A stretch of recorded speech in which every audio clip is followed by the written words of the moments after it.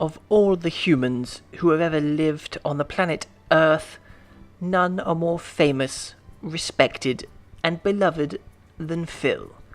He is an icon, a living legend, the single most important and cool of YouTube guys to have never said anything racist on a podcast intended for children. It is simply absurd to imagine a single individual alive today that has not heard of Phil, but this was not always the case. Like all true gods, he rose from humble beginnings to become the baddest son of a bitch who ever lived. In this special video retrospective, we will explore the history of Phil on YouTube and discover how he single-handedly turned video game reviews from advertiser baiting Me Tooism to the olfactory extravaganza that changed the world. Join us now as we go behind the smell. 1, 2, 3, kick it. Parental discretion is advised for the moment while I'm getting candid. Now understand it, ain't you typical in any way, though the pro on the mic is a deal till the cetus is an intro. I know the doc makes you want to... The early days of YouTube were strange and confusing. Rather than creating original content, people simply re-edited clips from the terrible Philips CDI, Zelda and Mario games, splicing together dialogue into meaningless drivel.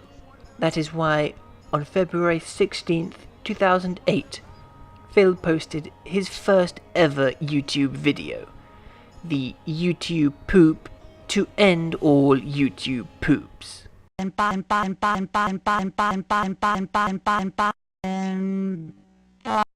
To say it changed everything is an horrific understatement.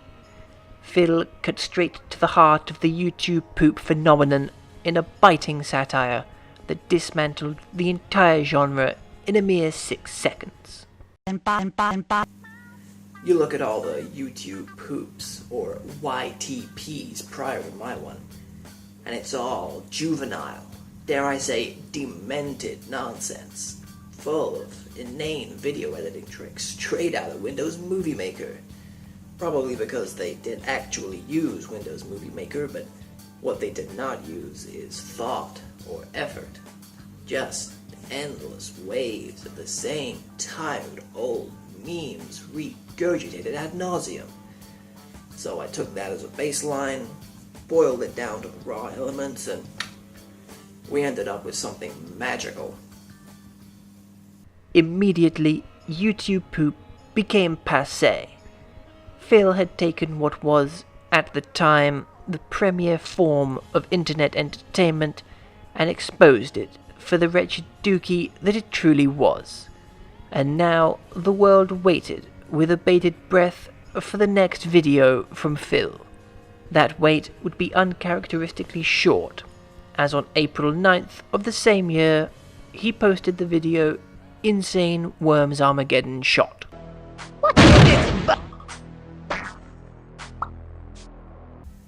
I've always intended for my content to be provocative. I derive immense satisfaction from challenging conventions and shattering expectations. Most people tend only to read the headline, to take everything at face value.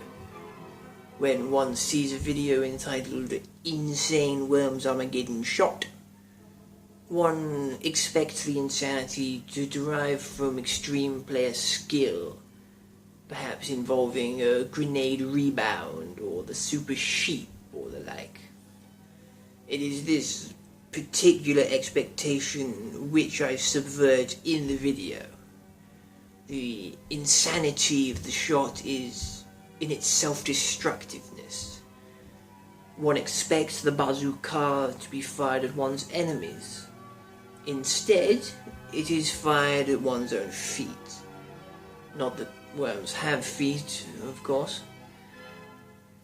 Now, I did expect that there would be those among the viewership upon whom the irony and indeed the joke of the video would be lost, but that they outnumbered the positive responses by such a significant margin was a surprise. I suppose, ironic as it is, that I expected a greater average intelligence from the YouTube viewership. But let it be known that although I am aware of the moronic nature of the internet YouTube audience, I do not dumb down my content to match their lesser capabilities. Phil's next significant video release would come on March 18th, 2009, with his Hudson Shooting Watch review.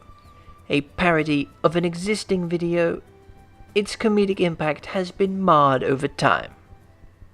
My good buddy Mark Brown, better known as McBacon the Piranha Plant, he got himself a Hudson Shooting Watch, a fun little novelty device that counts how fast you can tap buttons, and he did a video review on it. So I took that as a baseline, boiled it down to the raw elements, and we ended up with something magical. Of course, since then he's rebranded himself and his YouTube channel, so the original video isn't online anymore, and my parody doesn't make much sense without it, but I'm not accusing him of intentionally sabotaging my portfolio. It's just a fun little coincidence that his gain is my loss.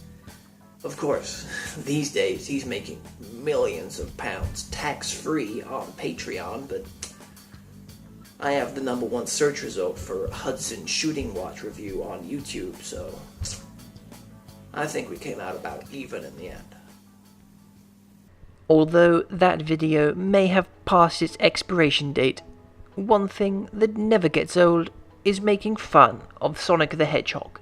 Indeed, one of Phil's most viewed videos is a simple 20-second, hastily recorded demonstration of Sonic the Hedgehog 4's poor physics system, uploaded on October 13th, 2010, notable as the first time Phil himself would appear on screen. With a face finally put to the voice of a generation, everything changed. It's always a delight working on Phil's YouTube videos. Such fantastic opportunities for expression and experimentation within the art form. You take the Sonic 4 vid, for example. We all know it's a steaming poil, but it's not until the camera turns to see the unwashed face of the man playing the game, the audience is transported into his mind. Not just to see the look of disgust on his face, but to feel his disgust. To themselves, feel disgusted. Now this might mean I'm disgusting, but it's just me, I'm just obscene. And only 8 months after Phil's first appearance made YouTube history, video game history was made with the release of Duke Nukem Forever, after 15 years in development hell. 2 days later, on June 12, 2011, Phil uploaded part 1 of his only ever Let's Play series for the game, a series he would never finish because the game sucked too bad. His refusal to record himself playing all the way through the game while making barely audible and inane comments has earned Phil the reputation of being the king of controversy among the Let's Play community, using the format in what they perceive to be a selfish manner so as to increase his own wealth.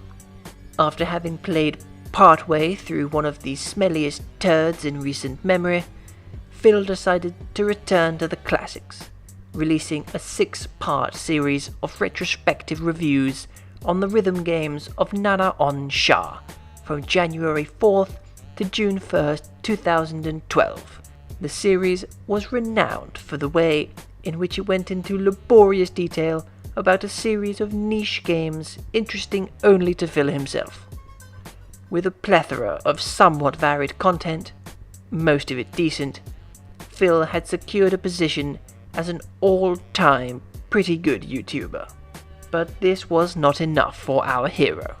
All that he had accomplished to this point was a mere prelude to the revolution which Phil would shortly bring to the YouTube world. For on April 26th, 2013, everything changed. It is on this historic date that Phil posted his first video game smell review, and nothing would ever be the same again. When one considers the history, the legacy of the review, the clue is most certainly in the word itself. Review. To view again. To use one's eyes so as to see or look back. Over time, this has been expanded to the ears, in both hearing and listening to things, and evaluating them thusly. Indeed, video games can be both seen and heard, and yet there is an additional sensory element which all contemporary review outlets had ignored up to that point, and that was, as it became so famous for being, the smell. Most people smell upwards of 5 things a day, and yet so little consideration is offered as to the quality of the smell itself. What I propose with my review of Fire Emblem Awakening for the Nintendo 3DS was a fundamental change in the thinking of video games within a review context. In that regard, I believe I was extremely successful. With the release of Phil's first smell review, the world was stunned. The long-established paradigm of video game reviews had been turned on its head, and then kicked in its head several times in succession. But with the behind-the-scenes acquisition of the hottest free agent on the planet, Phil's YouTube channel was about to be launched into another dimension, a better dimension, a dimension which, on October 30th, 2013, saw the on-screen debut of a tiny ceramic dog.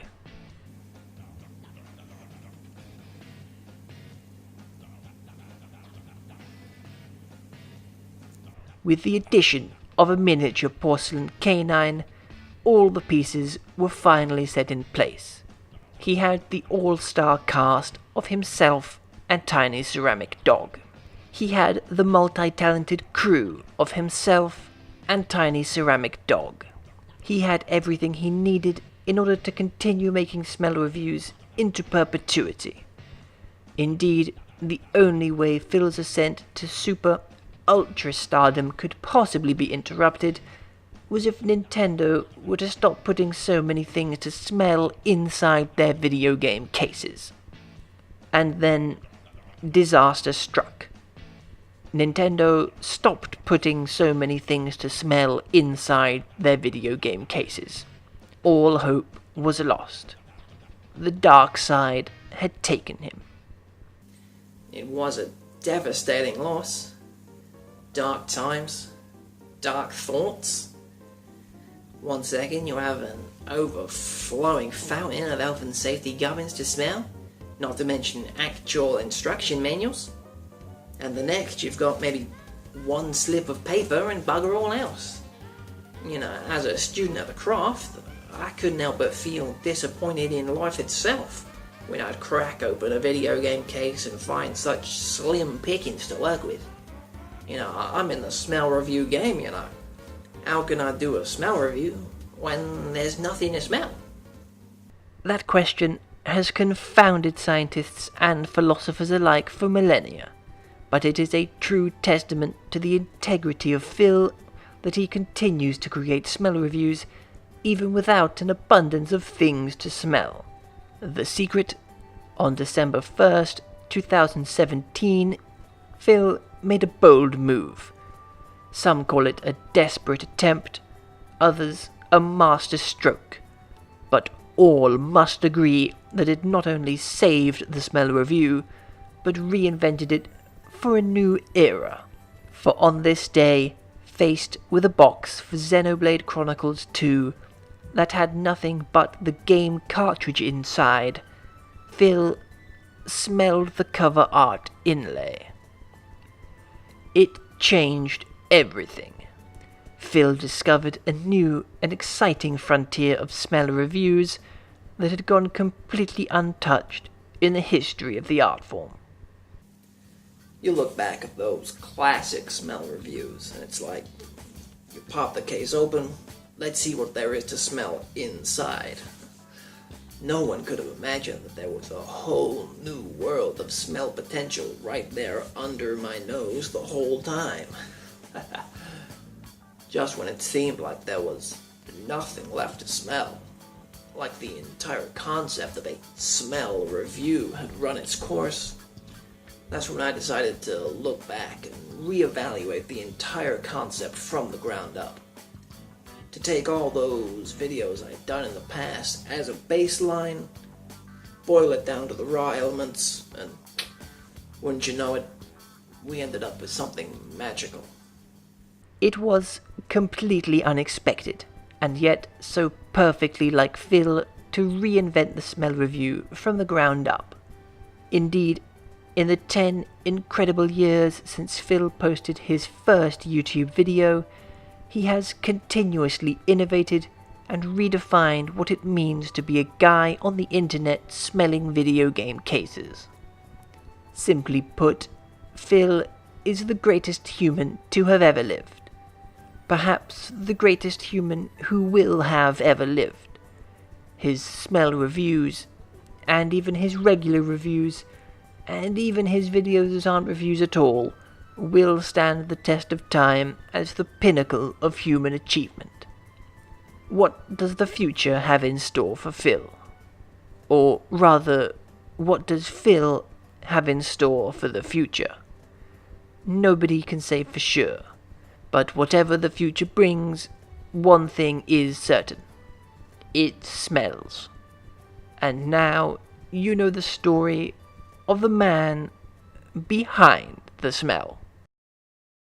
The man behind the smell. The end. There. Finished.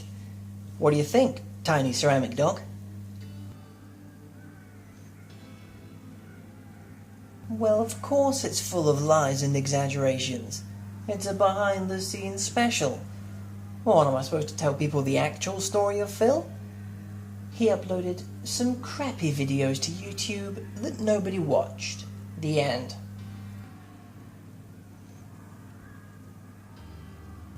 Yeah, you're right. You're right. I didn't start this channel 10 years ago thinking I would get a lot of views. I did it because I thought was funny, so I put it on YouTube. And I like the smell of video game instruction manuals, so I put it on YouTube. I mean, yeah, my viewer count has gone down in the 10 years since I started, but well, that just means I've weeded out all the casuals who want videos that make sense and have proper jokes. Well, that's not how I roll. I upload a video whenever I feel like it, and if there's somebody else watching, then that's great. And if not, well, at least I had fun making it. And in this one, I even got to use that frilly shirt I've had lying around for years. What more could I want? Well, to be the most famous man in the history of the planet? To have legions of adoring fans constantly bugging me for updates? Nah, that ain't me. I'm fine the way I am. No fans, no viewers, no friends. But I've got Tiny Ceramic Dog and I've got video games. What more could you ask for?